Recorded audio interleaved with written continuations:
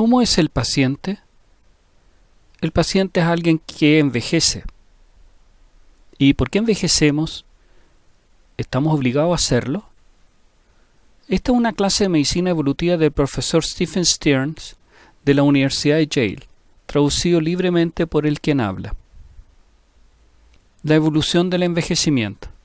El envejecimiento se define como la disminución en la capacidad intrínseca para sobrevivir y reproducirse en la medida que se tiene más edad. Y esta capacidad intrínseca se despliega por cada organismo en forma muy particular y debe medirse con todo cuidado en su medio ambiente específico. Es un subproducto de la selección natural en favor del rendimiento reproductivo. La evolución del envejecimiento explica muy satisfactoriamente nuestra susceptibilidad a la enfermedad degenerativa y el por qué tenemos que morir.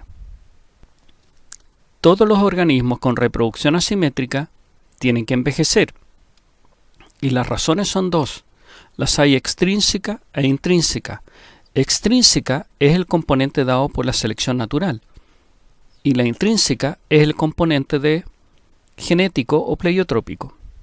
Y ahora veamos el componente extrínseco. Las tasas específicas de selección natural, es decir, la fuerza con que la selección natural selecciona la sobrevivencia y la reproducción, disminuye con la edad. Medavar, el año 52, publica: la fuerza con que la selección natural actúa se debilita con la edad. También en los teóricamente inmortales, por la muerte que está dado por la exposición a los riesgos de mortalidad en la vida real. En caso de un desastre genético que suceda lo suficientemente tarde en la vida de un individuo, sus consecuencias pueden no tener ninguna importancia. Para visualizar esto, vea la distribución de las edades que tenían sus antepasados en el momento que nació un nuevo miembro de su linaje. Está dominado por los jóvenes, no por los viejos. Esa es la razón por la cual los determinantes genéticos de la vejez no son sometidos a la selección natural. Medavar demostró que incluso en el caso que si los organismos no envejecieran, hay menos viejos que jóvenes, y esto como consecuencia de la mortalidad normal por razones no relacionadas a la edad ni a los genes, es decir, los accidentes, por ejemplo, depredación, conflicto, catástrofe. Muchas veces una mortalidad de gran cuantía. La evolución es un fértil sustrato para los amantes de los números, para los estadísticos, y ellos ya han demostrado que la selección es más fuerte en y con los acontecimientos que suceden con frecuencia. Por ejemplo, que la reproducción sea por parte de los jóvenes, y no tanto en aquellos eventos que ocurren con menor frecuencia. Ejemplo, la sobrevida en los viejos. Y ahora veamos el componente intrínseco.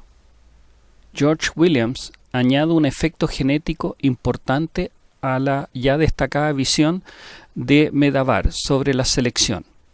El concepto es la pleiotropía antagónica. Pleiotropía se refiere al fenómeno por el cual un solo gen es responsable de múltiples efectos fenotípicos o caracteres no relacionados. Habitualmente es porque el gen afecta una vía metabólica.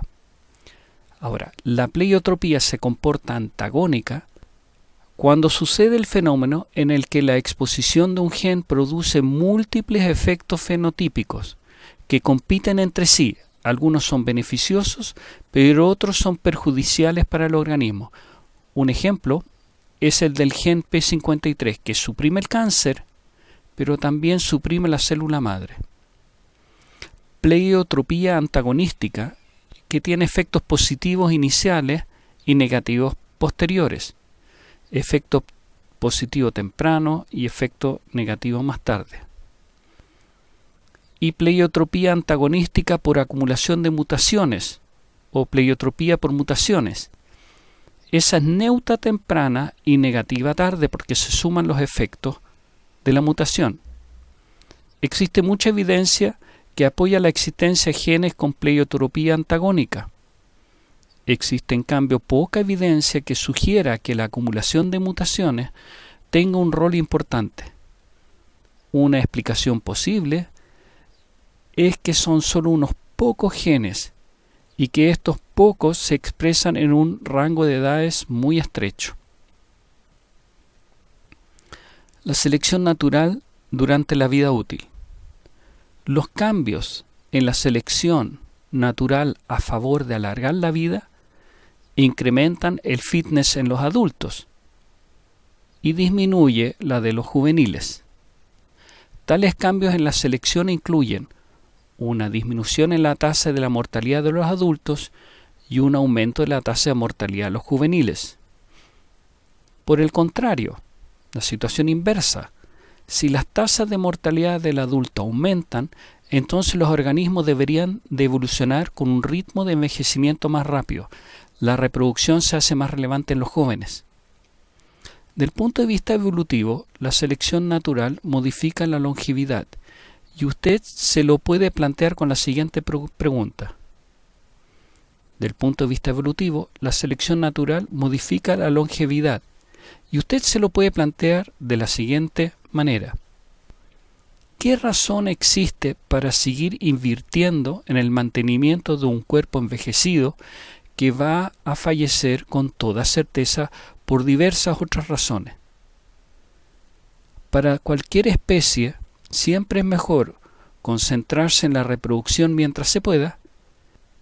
La razón, que lo vamos a ver más adelante, es el paulatino incremento de los costos por vivir más, a tal grado que sobrepasan los costos por reproducirse más, en la medida que se vive. Las causas del envejecimiento. El envejecimiento es un subproducto de la selección para el rendimiento. Las causas del envejecimiento. El envejecimiento es un subproducto de la selección natural en favor del rendimiento reproductivo. Se origina a través de la acumulación evolutiva de muchos genes que tienen efectos positivos o neutros en edades tempranas del ciclo vital y los efectos negativos en el desempeño durante la etapa más tardía del ciclo vital.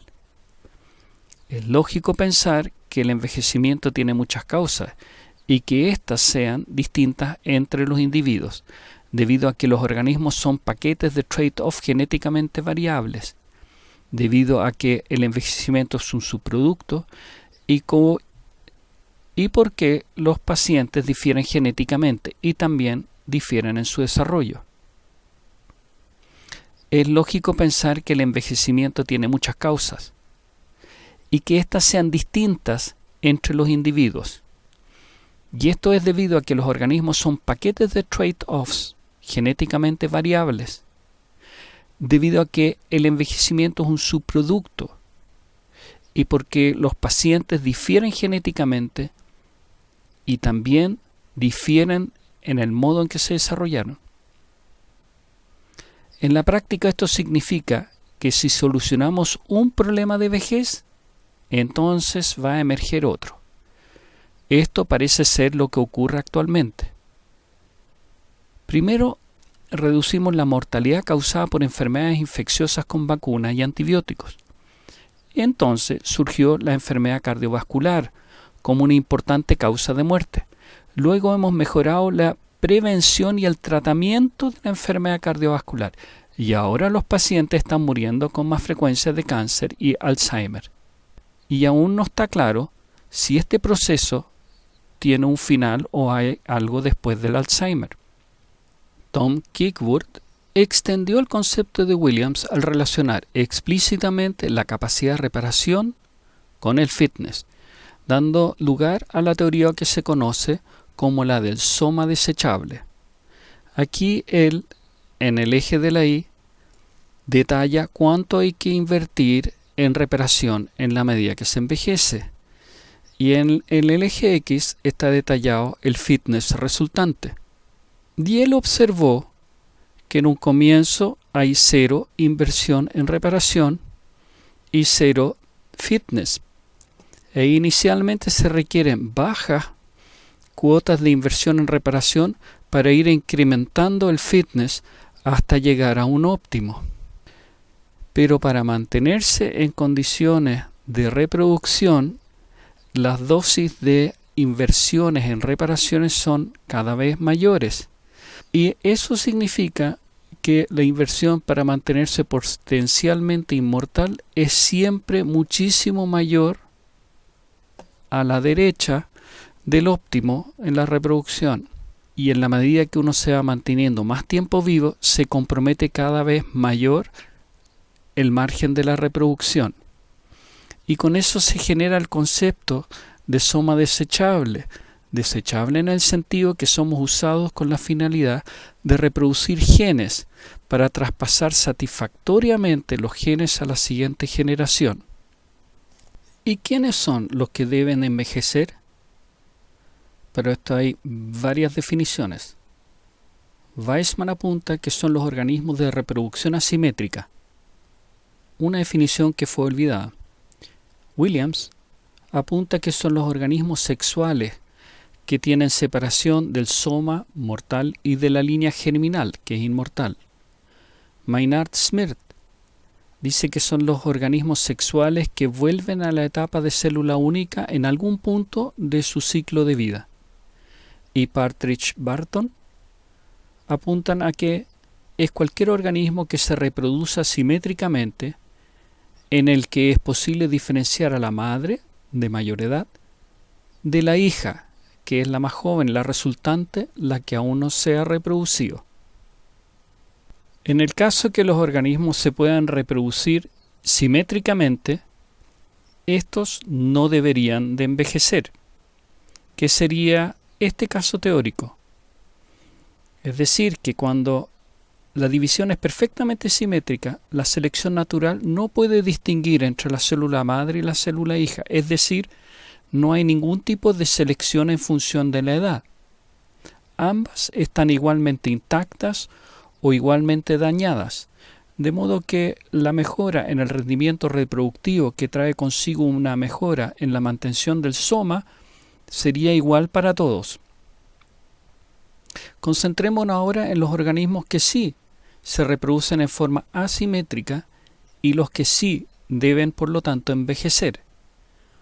El Caulobacter, sin línea germinal, tiene una reproducción asexual. El Caulobacter es una bacteria gram negativa oligotrofa ampliamente distribuida en el suelo.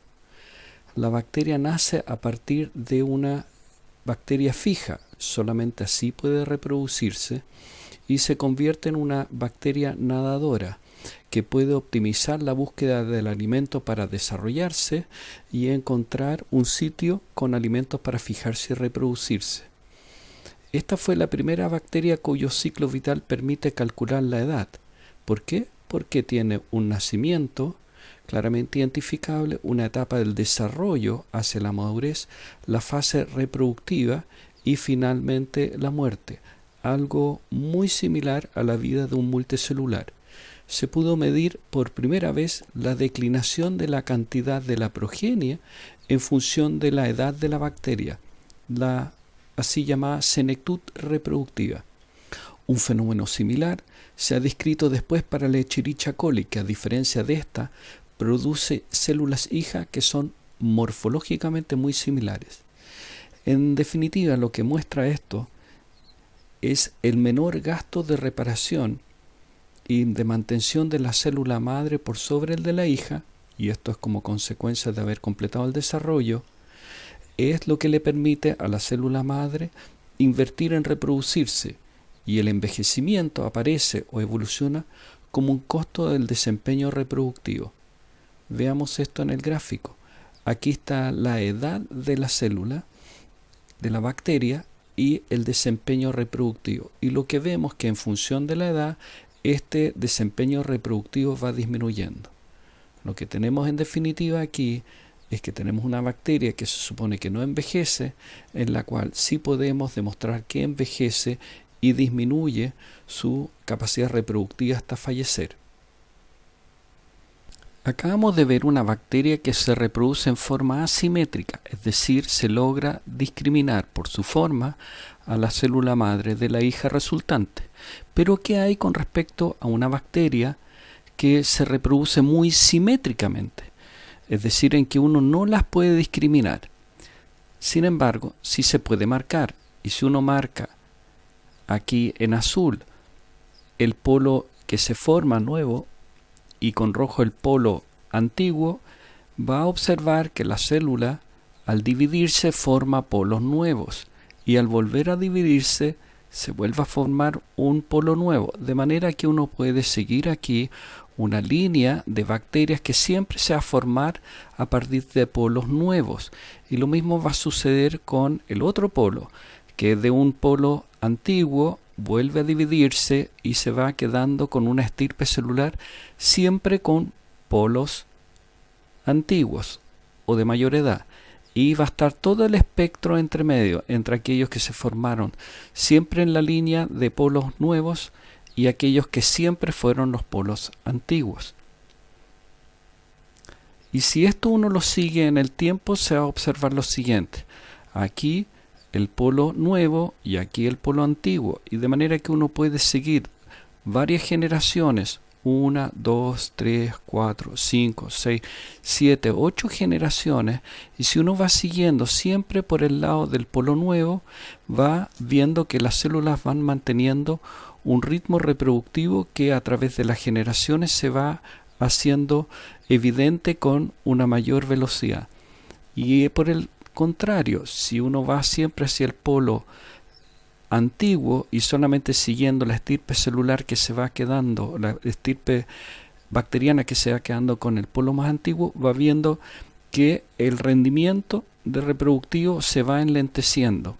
Si se normalizan estas curvas, lo que se va viendo es que la velocidad de aquellas células nuevas va viendo que la velocidad de crecimiento se va manteniendo paulatinamente más elevada que con respecto a los que están en el otro espectro de la división celular, quedándose siempre con el polo viejo. Y ahí se va observando cómo este también va disminuyendo su velocidad de crecimiento. De manera que, aunque tengamos una bacteria que pareciera tener una reproducción simétrica, esta de verdad se le puede demostrar envejecimiento que aparece como una resultante de los ciclos reproductivos. Bueno, pero ¿cuál es el mecanismo del envejecimiento?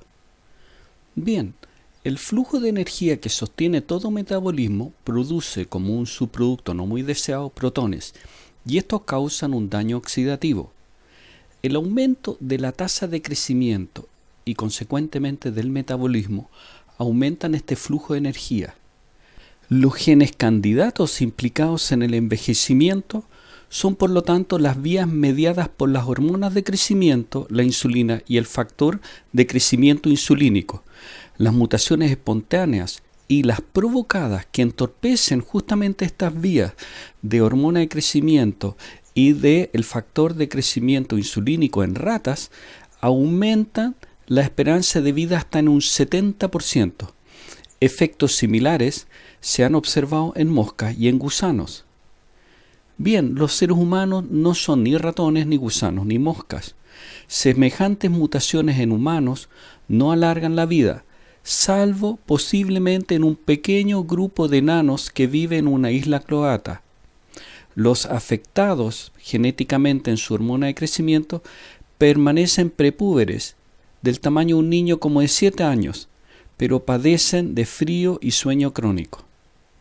La terapia génica para mantener joven al menos este grupo de genes no parece ser prometedor debido a los graves efectos secundarios. Tenga en cuenta las ventajas y las desventajas, el trade-off. ¿Qué pasaría si los seres humanos se seleccionan para prolongar la vida? Bien, la heredabilidad de la esperanza de vida en los seres humanos es de aproximadamente 0.25. Por lo tanto, la respuesta a una selección fuerte sería rápida. La forma de seleccionar podría ser actuando en retrasar la edad del primer parto en forma progresiva. De ese modo, todos los sistemas seguirían mejorando en los sobrevivientes, serían más saludables, serían más vigorosos a edades actualmente consideradas como de viejo.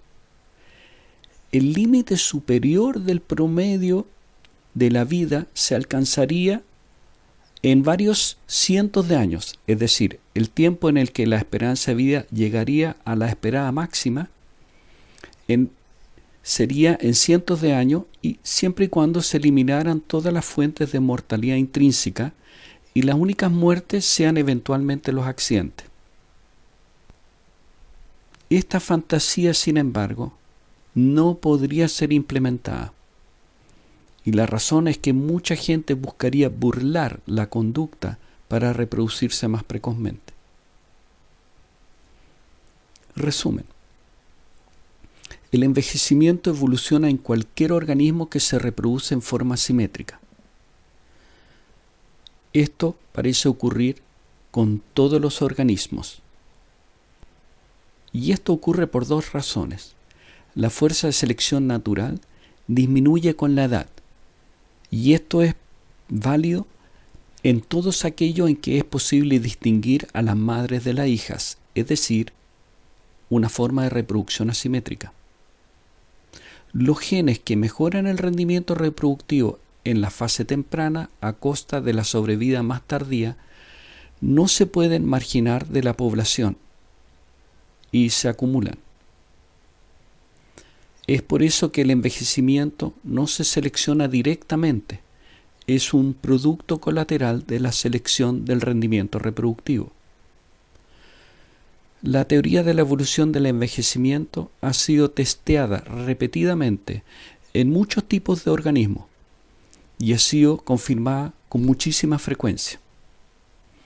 Esta es una clase del profesor Stephen Stearns de la Universidad de Yale, traducida libremente por el quien habla.